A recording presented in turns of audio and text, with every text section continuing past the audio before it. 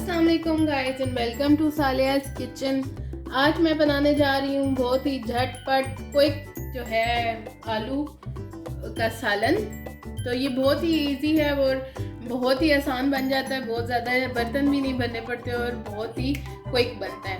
तो यहाँ पे मैंने ले लिया 1 पाव आलू, उनको मैंने इस तरह करके रफली काट लिया। पानी हम यूज़ करेंगे 1 ग्लास, घी हम 2 टेबलस्पून यूज़ कर रहे हैं। यहाँ पे मैंने टमाटर का पेस्ट बना के उसको फ्रीज़ किया हुआ है, तो ये तकरीबन होगा कोई 4 टेबलस्पून।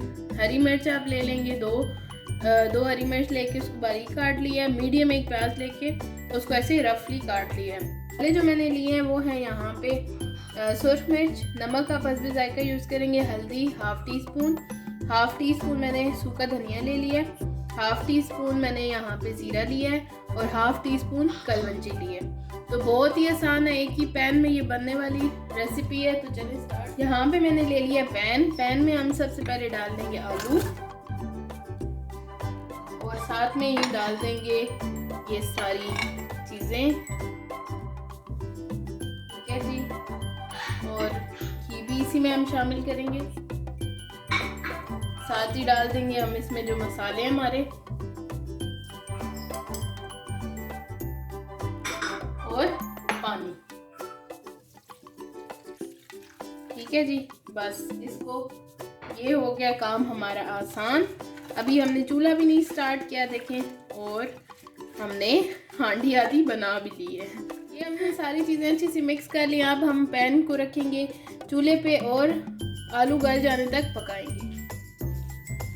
देखिए पानी तो बहुत अच्छा से सूख गया है, बिल्कुल सूख गया है। अब हम इसको चूल्हा थोड़ा सा तेज़ करेंगे और इसको थोड़ी देर के लिए भून लेंगे।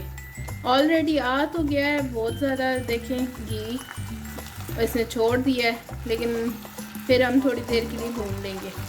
आप चाहें तो इसको मैश भी कर सकते हैं और इस पॉइंट पे आप थोड़ी देर भून के पानी भी डाल सकते हैं, लेकिन मैं ज़रा ड्राई पसंद करते हैं, तो मैं ज़रा ड्राई बनाऊँगी।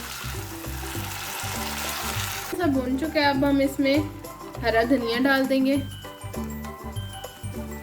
हरा धनिया इसमें थोड़ा ज़्यादा डालें तो टेस्ट ज़्यादा अच्छा आता है।